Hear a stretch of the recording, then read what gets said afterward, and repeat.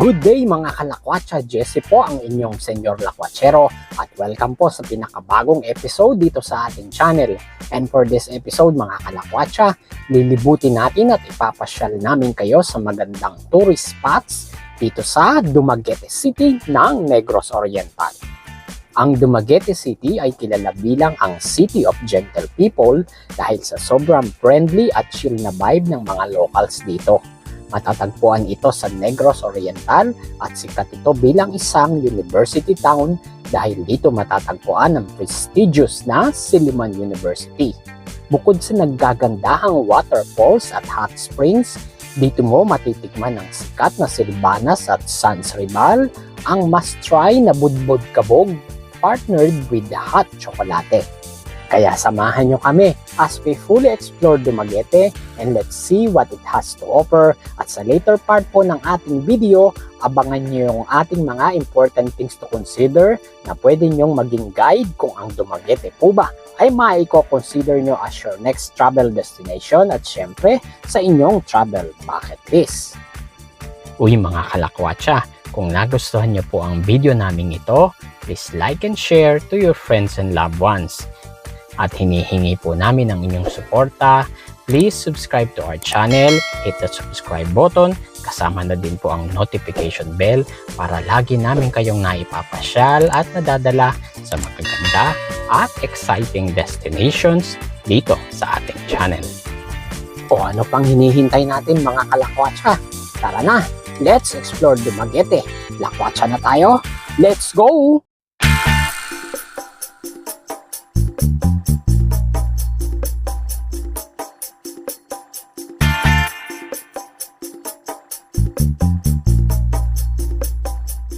Magandang araw sa inyong lahat mga kalakwatsa. Welcome back po dito sa channel. After nating malibot ang magandang isla ng Siquijor at magbisita ang nagagandahan nitong mga waterfalls at pristine white sand beaches, heto nga po pala ang vlog na ginawa natin sa ating pamamasyal sa Siquijor. Pwede nyo po siyang panoorin. Ang video po nandyan din sa ating channel. Today, we're exploring Dumaguete, the City of Gentle People. For our Dumaguete City stay, dito tayo nag-book sa Gapis Bed and Breakfast, a relaxing and budget-friendly stay just a 7 minutes drive from Dumaguete Airport. Heto po ang vlog na ginawa namin para makita nyo rin ang aming Gapis Bed and Breakfast experience at magkaroon kayo ng idea where to stay just in case na mapasyal kayo dito sa Dumaguete City. And in this episode, sama kayo sa isang super exciting Dumaguete Day Tour, complete with nature spots, exciting places, and good vibes. Bibigyan namin kayo ng sample day tour itinerary if you're planning to spend a day or two dito sa Dumaguete, Negros Oriental. Kasama natin ang ating driver tour guide si Dino. Sama kayo sa ating pagtuklas sa magagandang lugar na ipinagmamalaki ng Dumaguete. Tara, lakwatsa na tayo, let's go!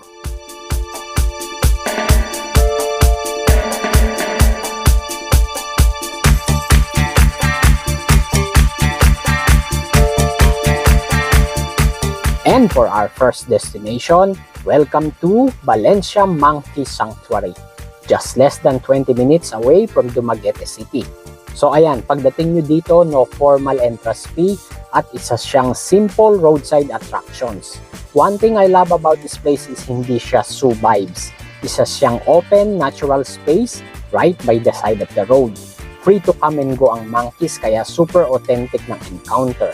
Kung gusto nyo ng interactive experience, you can feed them bananas. Reminder po na banana and fruits only diet sila. Kaya make sure may dala kayong pang-tribute sa King Monkey, banana taxes kumbaga. Optional po ang pagbili ng bananas and other fruits for the monkeys. Pero reminder guys, keep a safe distance pa din from the monkey for safety. So if you're looking for a fun, budget-friendly, and nature-filled experience near Dumaguete City, lagay nyo na sa itinerary ninyo ang Valencia Monkey Sanctuary.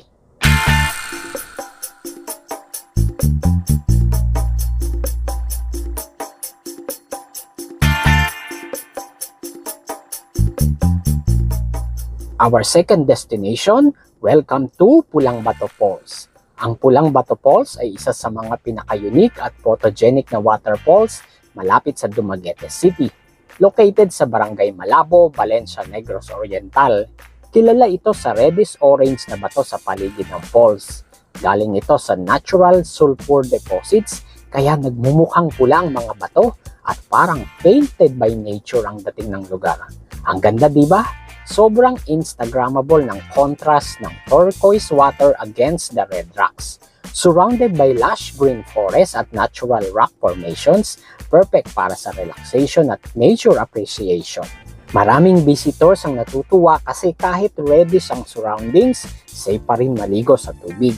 Pulang Bato Falls is located within a developed property known as the Pulang Bato Falls Mountain Resort. Kaya naman, it offers more facilities than typical wild waterfalls. Meron ding natural pools, cottages, at walking paths, kaya very accessible. Walang matinding trekking, kaya family-friendly at pwede sa seniors.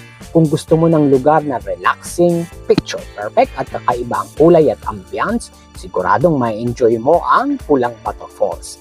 Perfect ito for day trips from Dumaguete dahil 20 to 30 minutes lang ang biyahe, depende sa transport.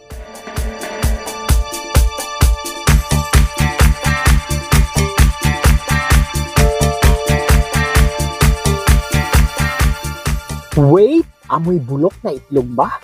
Don't worry guys, ibig sabihin lang yan, nandito na tayo sa ating third destination, ang sikat na sulfur bends ng Valencia. This is literally just along the road on the way to Pulang Bato Falls.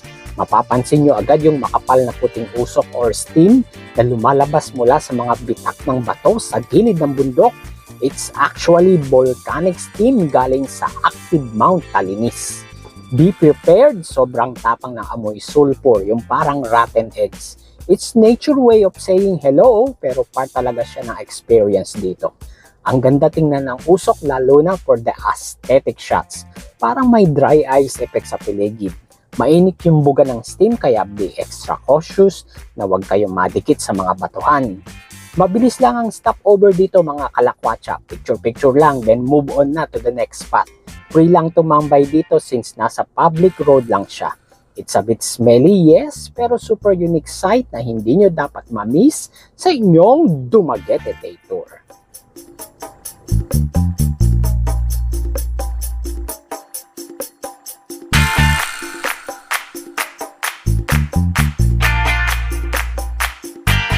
Looking for a place para mag-chill?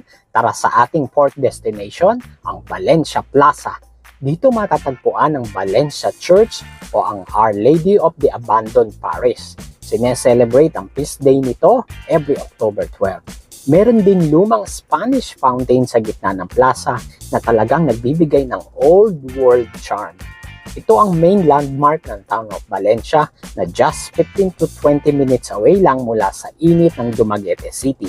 Napapalibutan ng park ng matatandang acacia trees at colorful flowers kaya kahit tanghaling tapat feeling aircon pa rin ang simoy ng hangin. Completely free ang pumasok dito kaya go-to spot ito ng mga locals at tourists alike. May local market at maraming local vendors na nagtitinda ng street food, tempura at balut sa paligid. Perfecto after a long day of touring sa waterfalls. Ang sikat na dove feeding activity na madalas makita sa social media ay matatagpuan dito mismo sa Valencia Municipal Plaza. Hanapin mo lang ang Spanish Fountain or I Love Chada Valencia sign sa gitna ng plaza. Dito karaniwang nagkukumpulan ng daan-daang kalapati. May mga local vendors sa paligid na nagtitinda ng feeds sa halagang 10 hanggang 20 pesos bawat pack. Pinakamaganda pumunta dito early morning or late afternoon para hindi masyadong mainit at mas active pa ang mga ibon. Diretso na agad tayo sa ating tip destination mga kalakwatsa, Forest Camp sa Valencia, Negros Oriental. Grabe, imagine a 20-minute drive from the city tapos biglang nature paradise na agad. Lush forest, running river at cold spring pools na parang natural lagoons. Kung adventure ang hanap mo, meron silang zipline, climbing wall, skate bowl at hanging bridge. Perfect for thrill seekers. Kung chill vibes naman, pwede ka mag-relax sa hammock huts, cottages or mag-camp under the trees. At ang pinaka-the best, yung presko na hangin dahil nasa 800 feet above sea level ang lugar. Parang instant reset sa pagod. Perfect for family, barkada, or solo nature dates. So, if you're planning to explore Dumaguete, don't skip Forest Camp, nature plus adventure, let's chill, sulit day trip or overnight stay. Kung mahilig ka sa history, lalo na sa World War II, kailangan mo ding puntahan ang ating 6th destination, Cataal War Museum dito sa Valencia. Ang museum na to ay isang personal collection na sinimulan ni Porfirio Cataal Sr., isang World War II survivor at pinalawak pa ng anak niyang si Felix na siya ngayong nag-aalaga at nagkwekwento ng mga war stories. Dito makikita mo ang dami ng authentic artifacts mula sa grenades, rifles, helmets, uniforms hanggang sa mga old coins, typewriters, cameras at iba pang personal items ng sundalo. May mga unfired ammunition weapons, Japanese and American relics, pati mga items na nakuha sa paligid ng Mount Talinis kung saan matindi ang labanan noon. Madali lang puntahan ang museum dahil nasa main road going to Valencia at walang entrance fee. Donation lang if gusto mong tumulong sa maintenance. Perfect stop ito kung gusto mong maramdaman ang bigat at kwento ng history sa Negros Oriental.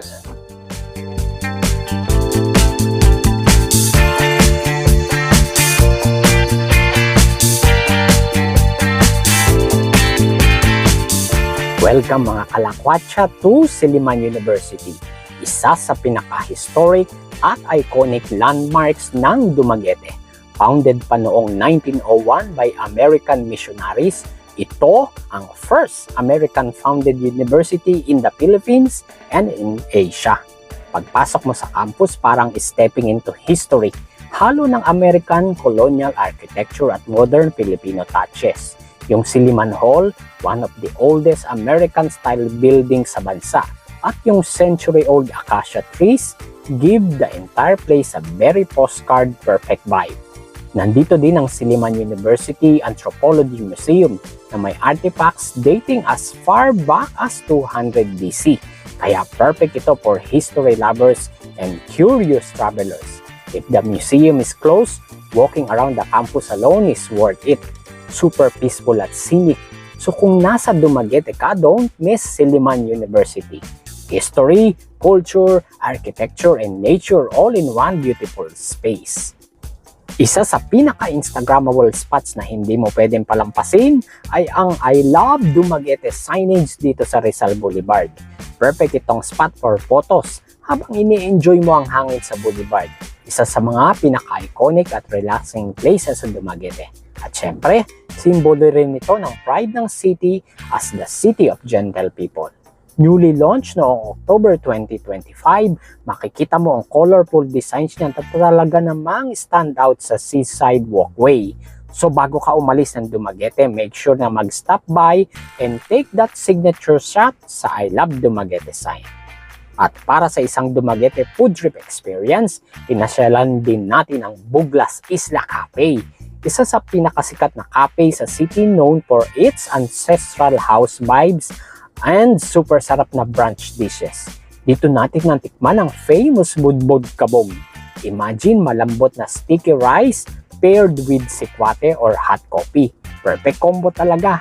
May ginawa po kaming separate vlog ng aming Buglas Isla Cafe experience. Kaya kung gusto nyo po siyang mapanood in full, just check the video dito sa ating channel. At heto po ang link for your quick access sa video na ito. At syempre, pag nasa Dumaguete ka, hindi pwedeng hindi ka bili ng famous Silvanas from Sans Ribal. Uy mga kalakwatsa, alam nyo ba na ang Silvanas ay kasama sa top 50 best cookies in the world, ranking number 25. The only Filipino cookie on the list. Literal na melt in your mouth goodness naman kasi. Kung pudi ka, budbog kabog, plus Silvanas, equals Dumaguete me combo na hindi mo dapat palampasin.